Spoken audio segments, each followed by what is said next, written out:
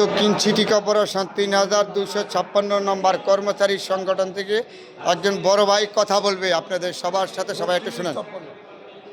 বিসমিল্লাহির রহমানির রহিম। ৩২৫৬ বাংলাদেশ জাতীয়তাবাদী শ্রমিক ইউনিয়ন কর্মচারী পক্ষ থেকে মেহেদি হোসেন আমাদের অঙ্গীকার, ফ্যাসিডবাজি কোনো কর্মচারী যা এই সচিব ফ্যাসিডবাজির সাথে জড়িত, এই সচিব আমাদের কোনো ভাইদের কাজ করে না, যারা বৈষম্যের শিকার তাদের কাজ করছে না, এবং কাজ করছে যারা বৈষম্যের বিরুদ্ধে ছিল তাদের কাজ করছে। এবং আমাদের আজকে অঙ্গীকার, আমাদের নেতৃত্বের জন্য সকলে দোয়া করবেন, সুস্থ হয়ে আমাদের মাঝে এসে নেতৃত্ব দিতে পারে, এবং আমাদের চেয়ারম্যান তারেক রহমান যেসব সুস্থভাবে এসে আবার সেই নেতৃত্ব দিতে পারে। আমাদের নেতাকর্মী যারা অন্যায় সাথে জড়িত তাদের বহিষ্কার করা উচিত, আর যারা হাইবি বিএমপি করে তাদেরকে চিহ্নিত করা উচিত, এবং যারা